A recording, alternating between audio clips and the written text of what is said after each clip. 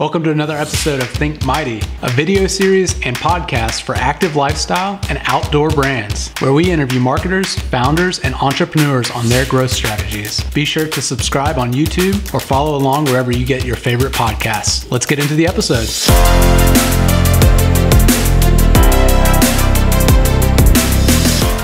Hey, Andrew, welcome to the show. Hey, how's it going? Good, man. Where are you in Canada? We're in Vancouver, West Coast. Nice. Is it snowing? You know, it actually was snowing all week, but now it's been better. Keeping our fingers crossed for good weather. Very good. We were wearing shorts yesterday.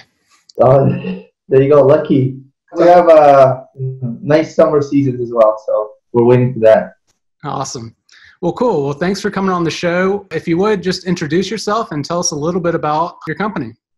Sure. Thanks for having me, by the way. My name is Andrew Drigola. I'm a co-founder and partner in the design and service apparel company called Apparelmark.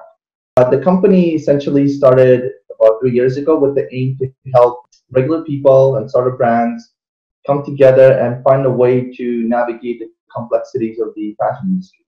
What we do, we offer a service that allows consumers and clients a turnkey process to get their designs and ideas from the design phase all the way through to the manufacturing process and development, all of that. You come to us, we execute your brand for you. Very cool. And so how many people are on the team and sort of what's the experience background between the members of the team? Apparelmark actually got started 3 years ago. It was a brainchild of Cara Sumpton. And Cara was one of the leading designers in Lululemon, an athletics brand here on the West Coast. And she felt that over her 8 years career in Lululemon, that there's something more that she can offer the world. She wanted to essentially reach out and make a mark on the industry with her own way. And she found that there's a niche, a gap in the market where a lot of clients that she would work with or people that she know really struggled in a way that they either had the designs was lacking, their development was lacking, their manufacturing was lacking, the fabric selection was lacking. So she said, you know what, why don't I put the skills and other credentials that I've earned in the industry to use? So she started her own consulting firm. As she started moving through the clients, she realized that there's a lot of services that she couldn't offer, so she had to start taking people on. So I was one of the first people that she kind of recruited in terms of the financing, marketing, sales, distribution, that. And she kind of handled the product design, the development, and the technical. As we grew, we started adding designers and developers to our team, including agents and manufacturers in Asia and around the world. So now we have a partnership of different manufacturers, different vendors all around the world. We have 5 designers and 2 developers right now. So we'll have a team of almost 10 people in 3 years. So it's a very, very rapid growth. Very cool. So what would you say is sort of y'all's specialty at Apparelmark?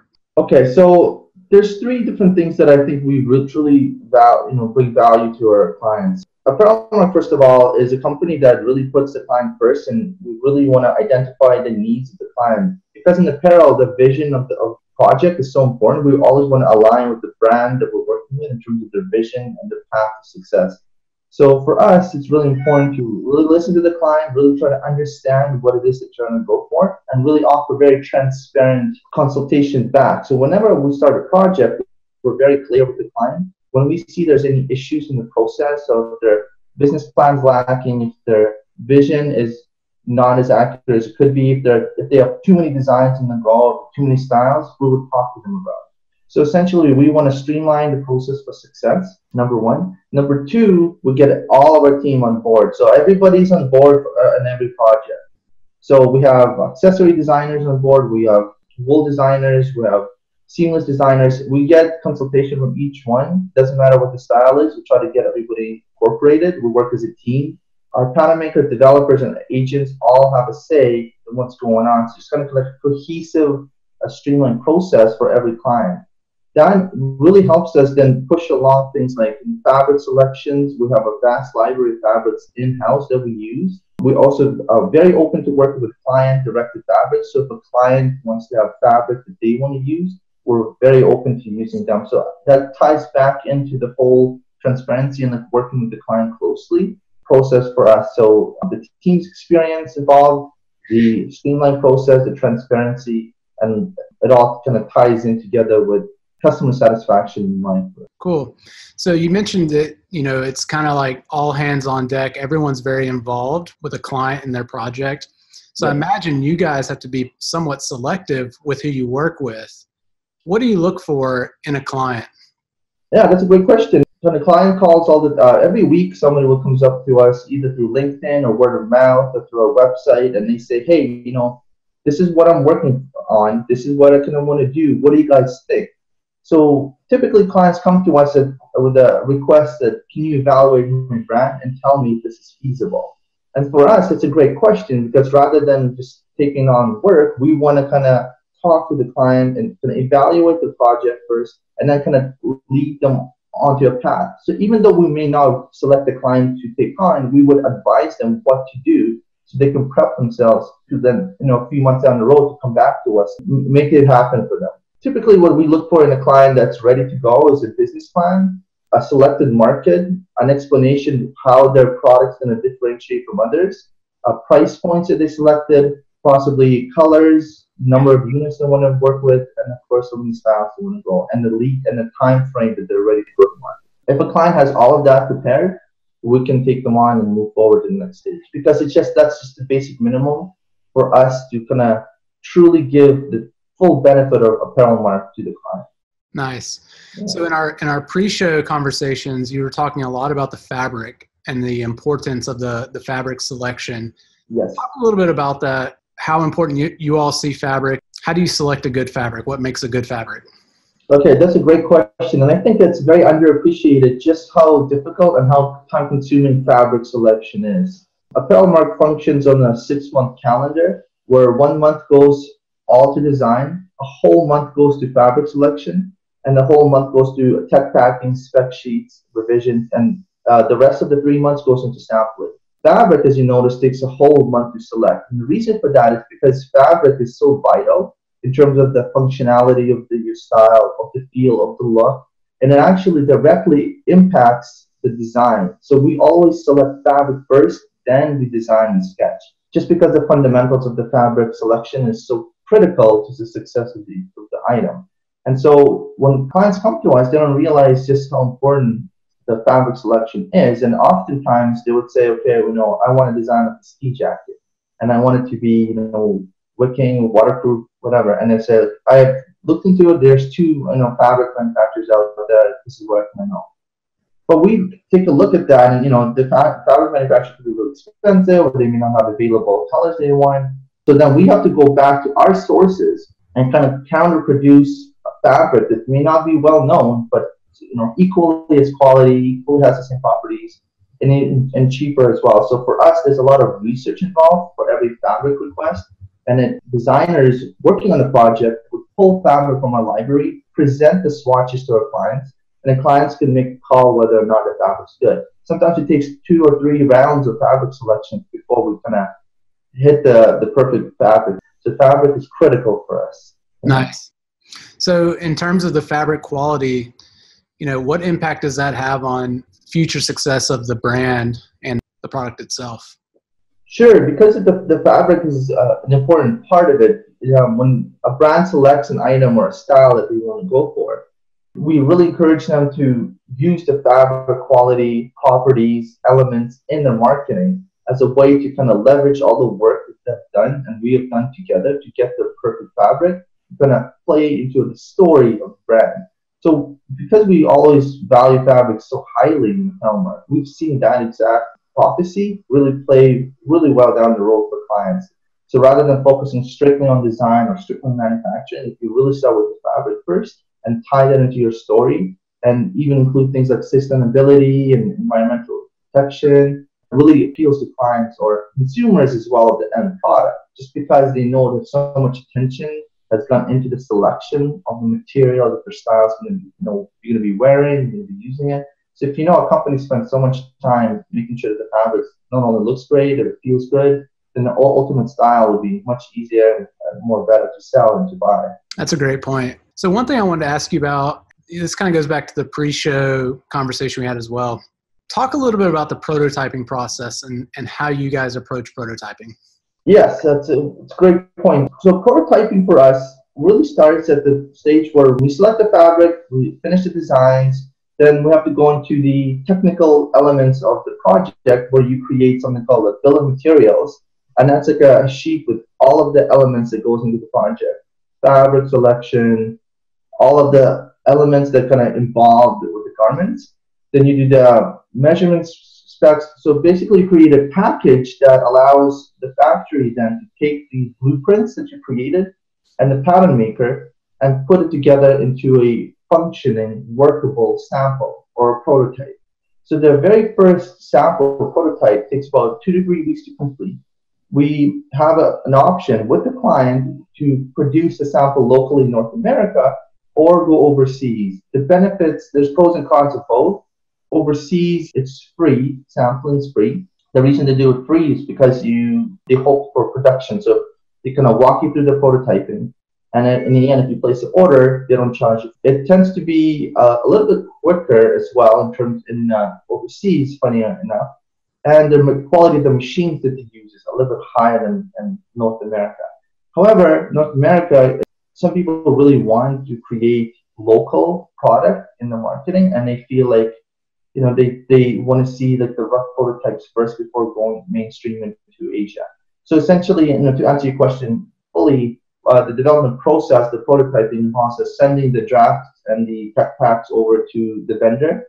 Vendor will then produce a sample through a pattern, send it to sample back to us. Our design team will then evaluate the sample and make comments on it.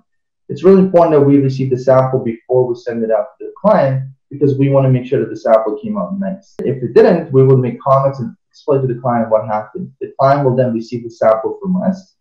The client will evaluate the sample and then make their own comments and then say, okay, this is what I like, this is what I don't like. And so we kind of repeat the process as many times as necessary until the client feels confident that the end product they receive is ready for sales. So essentially, we have a final prototype that we can either use in a sales video, a Kickstarter, or actually go ahead and do both.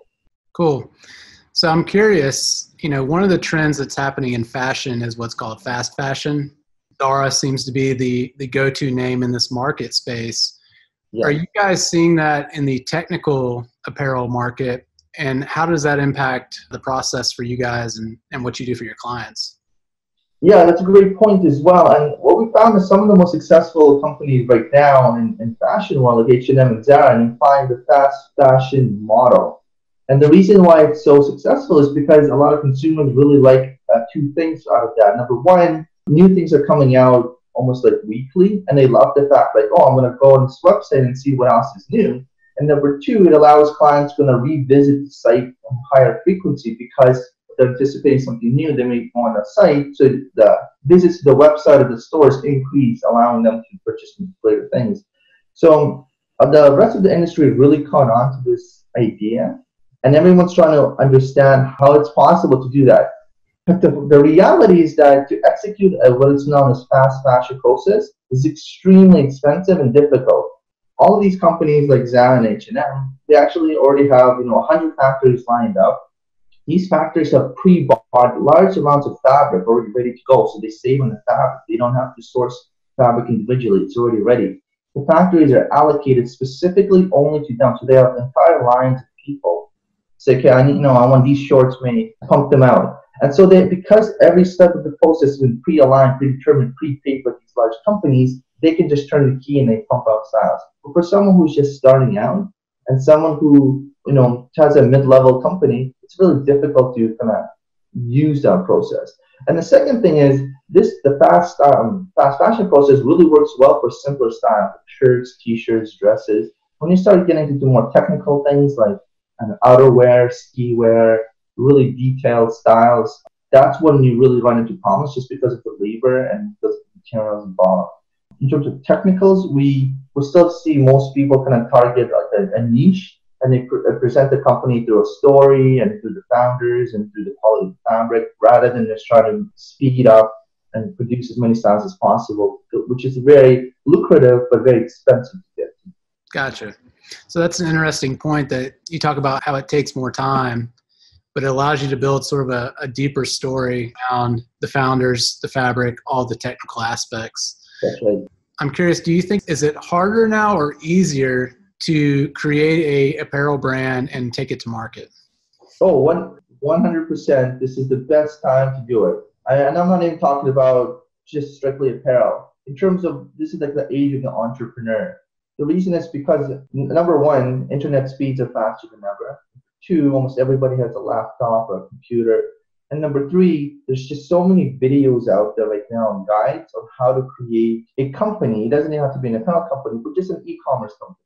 The moment you have the basic understanding of how to create a website, how to place products on your website, and how to market those products, this is where apparel comes into shine, because apparel has really high margins in terms of profitability. So once you have the company set up on the back end of sales, and you're thinking, well, what kind of products do I want to populate my website with? Apparel is not only very lucrative, but number two, it's a really defining process of who you are as a person, because you can really put your personal touch on whatever it is that you're creating with apparel. Because say if you're really passionate about skiing, or you have a friend who really, said, hey, you know what? There's just not enough tennis shirts out there. I really like doing tennis. You can really impact not only their life, but everybody else is in that industry. So here you are as a creator, you're helping your friend, you're discovering something new, you're filling a void in the market, and you're making a little bit of money for yourself. You tie it all together and you put an e-commerce experience in it, and you have a great opportunity to create something out of nothing. And lastly, that ties into our company Apparelmark, is we help exactly people like that, searching for a way to get into the market with an idea, a style, or a collection, whatever, and they want to know how to get it from zero to finish, and we are right here to help. So what are some potential challenges that the person that's listening that wants to launch their own brand but may not be aware of the challenges they're going to face getting into manufacturing of their own products? What are some of those things that you're probably more aware of than they are and maybe they need to know about? Yes, like any industry, this is not without challenges. Quite a bit that they should know about, but with proper guidance to navigate. Number one, it's really important for the client to really understand what market they're pursuing, evaluate the competition, and try to really understand the price points and the expectations of what they're going after. So first decide if you're going to be a mainstream product, if you're going to be a luxury product, because we see a lot of clients kind of unsure of where to go. So number one thing for sure, the challenge is to kind of refine your vision for your style or for your entire line, and then move from there. Number two, it's really important for clients to truly understand the value of working with a quality team in terms of design and development. Because you have a lot of things like websites out there that you can hire freelancers for a few cents on the dollar, but the importance of quality work is so important, because at the end, when you have $1 million company and you spend so little costs, you're really going to regret that. So we really want to encourage clients to really evaluate the team that they're working with in terms of design and development. Is really important to their product.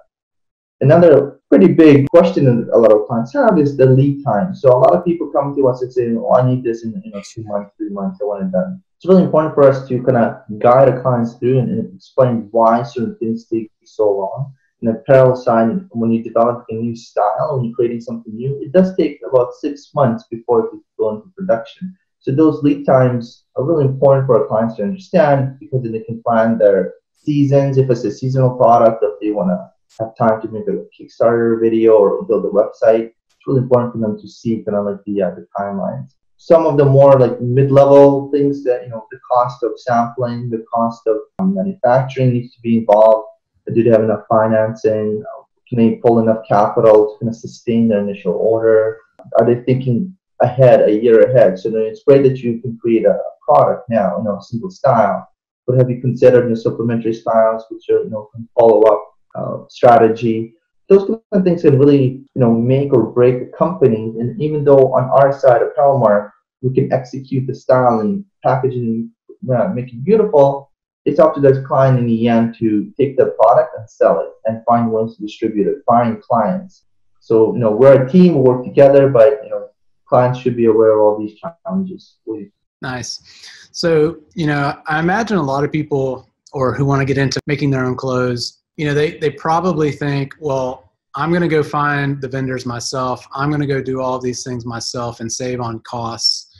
Talk a little bit about what value you guys can bring to the table by being a turnkey solution, and what does that mean financially for them in the end? Absolutely. That's a great question. So a lot of clients come to us and say, well, why do I need to work with you and pay, this fee if I can go out there and find a factory, find a fabric yourself? And we often say, that's great. If you feel that you can do that with effectiveness, try it. So a lot of people did try it and came back to us and said, hey, listen, it didn't work. And we said, well, why not? And they said, here's why. There's actually several very important reasons, and I think this is a very valid question to ask. Number one reason is that a lot of factories, when you contact them, unless you're an established brand, they don't want to deal with you. A lot of factories are already really busy with big projects and collections. So just to build that relationship at the start, and especially if you don't have a big collection for yourself, they're going to hang up the phone. So one of the key things that Apparelmark does is we leverage our relationships. So we spend years building and finessing and financing with the factories. We can use that relationship and apply it to all of our clients. And it's very simple logic. We have 15 projects in a go with several factories right now, big orders. When we have another client come in, the factory is going to say, wow, you give us so much business. Of course, I'm going to help you out, with a small order next time. So for us, not only are we using our relationship to help the client, we can also leverage the pricing on all of our clients because of a combination of the mass of business we give to particular factories. So for example, if one client comes in and wants a certain price, but if we have 15 different clients working with the factory and all of them are giving the factory business, the factories can be very lenient in pricing across all 15 because as a sum of a total, we're giving them a lot of options. So not only are you leveraging our relationship, you're also saving a lot of money upfront. And lastly, Apparelmark does not make any markup on any production. We are very transparent with our clients in terms of what the factories charge. That's what the client pays. So we don't make any more money on the production side. We're strictly like a project-based and service company, which really helps our clients grow and scale accordingly. Very cool. So you guys have worked with numerous brands. You've seen a lot through your experience in the industry. What have you seen that brands have done that has helped them launch successfully and grow their brand quickly? Yeah, it's a great question. And I think everyone should kind of take some time and think about what can I do to kind of get my brand out there more. We've seen a lot of creative advertising, being guerrilla marketing. Many people chose the Kickstarter route, and for them, they essentially realized that Kickstarter may not actually make money for them, but what it will do is it will generate interest and create a list of customers that they can then collect emails from and build a customer list, which would then supplement their future growth. So a very critical part is generating that customer list and customer retention methods so you can kind of help streamline your customers through the story as you grow the brand itself. A lot of people that we see success with their companies hired a marketing agency in a company. It could get expensive, but in the end, if the exposure is there and you have enough interest in the product, the money kind of comes in down the stream later on as you kind of filter through your initial expenses. But because you're selling through product, it works quite well. A lot of people really praise the fact that you can actually save money and get ahead by getting a quality design and development team behind you. If you attempt to do it on your own, you cannot qualify the vendor correctly, maybe too many revisions in terms of like the sample never comes out quite looking like you want. There's a lot of problems in that end. So it's important to kind of get the design and development part really secure. Ultimately, in the end, it comes down to the dedication of the client and how much time and commitment they can put into the business. And if they have a very steady business plan that's iron-proof, and they thought out each and every element from start to finish, that really helps kind of get the brand in order. And it also helps a little bit if you kind of pretty savvy with the internet and e-commerce stuff, because then you can finesse your search engine optimization keywords, or select the correct proper imagery for those sites and things like that. It can really help stand out. Very cool. So if you were to give advice to somebody who wanted to create their own line of apparel or technical gear, what would you tell them? What would you say is the main thing that they're going to need? I would tell them that, if they're going to go into this market, they have to be committed fully and really, really dedicate themselves to this idea. If you start an apparel line, if you're just going to put half-ass into it, it's not going to be lucrative and amazing as it could be if you fully immerse yourself in it. And for you to do that, you really need to kind of trust the vision and follow it through. And there's going to be gaps and ups and downs, and you got to stick it through, not only financially but mentally and emotionally. And I feel that people should feel emotional about the brand, and if you become attached to it, be rational about it, but also be passionate about it. And that's something really important for us. I truly think that sitting down and putting it on a paper and just making notes and kind of doing research before you even attempt to make a physical product or talk to a consultant, make sure that you're okay and you feel confident with what you have on paper in front of you before you proceed to the next steps. Because it's really important to differentiate between a dream and a vision and something that you truly feel is doable, even on your own for yourself. Can I make a website? Can I take these great photos? Do I have the confidence to pick up the phone and call these people? It's a lot of work, but it's also courage and time. And so for us, it's really important that the client is able and willing to do some of the things for themselves and take that on, because being a business owner, especially in apparel, is a challenge in its own, but it's something that we truly encourage people to try. Nice. So one thing that we try to help our clients with is finding that clarity and focusing on what it is that they're solving, and then also the positioning of that. Do you think, and I think you've mentioned this a couple of times, do you find that those who focus on a very specific niche or problem, does that help them in the end? Yes. I feel that the reason that the niche solution works so well is because it kind of identifies a need or a gap in demand that you're filling with your product, solution, or service. And so if you do have a need that you feel that you're filling, that ultimately creates a smoother transition into whatever market you're moving in. So that could be something like you see in a lot of subscription services, where you order a box of clothes, it comes into your door, you select what you want, and you ship the rest back. That is what we call a niche, because that idea wasn't there, and someone thought, well, what if I make that happen and create that? Somebody else thought, if you buy, 2 products, there's a loyalty program. For every 2 products you get 50% off the next one, and you collect points, whatever.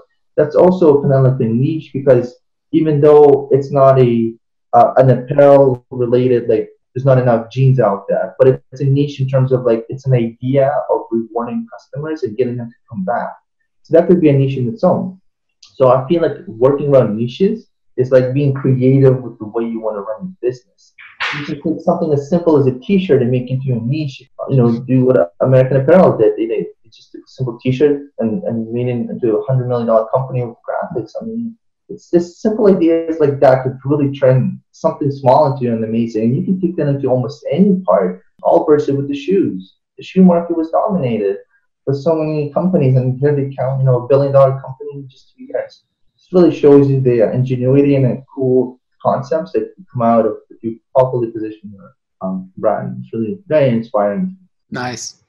So we've talked a lot about, the person looking to start and get into the space. What about somebody who's already out there that already is manufacturing, maybe a little bit larger? Can they make the switch? Could they work with an Apparelmark? Yes, that's a great question. We're actually seeing a lot of our bigger mid-level to higher end companies come to us and inquire about our services. And there's different various reasons why they do that. Number one, when a company employs designers or developers on a long-term process, and the salaries of some of these top-end designers can get pretty substantial because they are very qualified and experienced. And to retain these kind of services is pretty expensive for these companies. So they figure, why not go out and see if they can hire a designer just for a collection or just for a capsule and pay them a portion of the salary. They would pay, several designers in-house. So that really works out for them in terms of working with Apparelmark. Another reason they work with us is because we can supplement some of their collections or some of the styles to kind of accelerate the timeline, because a lot of companies can fall behind and they have seasons to hit, spring, summer. They have to have these collections ready to go in the stores. And if there's delays in their own processes, they will come to us to kind of help say, hey, we need these designs completed, or can you help out with the development process? So we're going to help streamline their capsules forward a bit. Also, a lot of companies come to us because they like the fact that we can do everything in-house. And so we have manufacturing capabilities, development, and design. So it's already streamlined. A lot of the bigger brands, it's either they lose their vendor relationship, or the developer quit and found a new job, or the designers are no longer producing quality designs, maybe stale. If the company's been around for like 20 years and they keep producing the same pair of like hoodies or shirts, and they're feeling their sales coming down, it's time to reevaluate some of the designs and the way you do things. And a lot of people feel that if they come to us, that their opportunity to kind of get the foot in the door to try something new without necessarily just firing everybody. So it's we're like a good stepping stone for a lot of new-term and bigger companies to test out new services. Very nice. Any advice you'd like to pass along to somebody in the space of apparel or technical gear? Yeah, no, absolutely. First of all, it's really cool that whoever's working in this field, thank you. I appreciate people who take on the business of apparel just because of how personal it is and how much it can help the world. I feel like anyone working in the apparel space is really doing not only themselves a favor, but everybody else, because apparel is not going anywhere. It's going to be around for a long time. It always was around. It's a staple in history. It's something that everyone's passionate about. A lot of magazines, supermodels, movies are based around. And I think overall as an industry, it's something that I encourage people to get into, just because there's so much creative people out there and so many ideas that we haven't even seen yet. And I'm really excited to see what else people can think of to kind of propel the apparel industry forward. In the future, it could be like, space suits, or like, clothes made out of gold or silver lines. Something amazing is going to come by and like, wow, I can't believe people wore that 50 years ago. What's going to happen next? So I think it's such a creative industry, but it's also one with a lot of future prospects. And I think that for me and for all of us at Apparelmark, we're really excited to see what comes next, and we just want to help people get that. That's awesome. Where can people go to find Apparelmark and get started with you guys? Great. We're on Instagram, Facebook, and on World Wide Web. It's www.apparelmark, apparel.mark.com. So all one word, apparel, the word apparel, and mark.com. Great. Well, thanks, Andrew. Thanks for coming on, and looking forward to following Apparelmark. Yeah, you know what? Thanks so much for having me, and I hope that everyone listening here, can have some feedback or anything we can add. Please feel free to message us, and thanks so much for having me. Awesome. Thank you. Thank you, guys.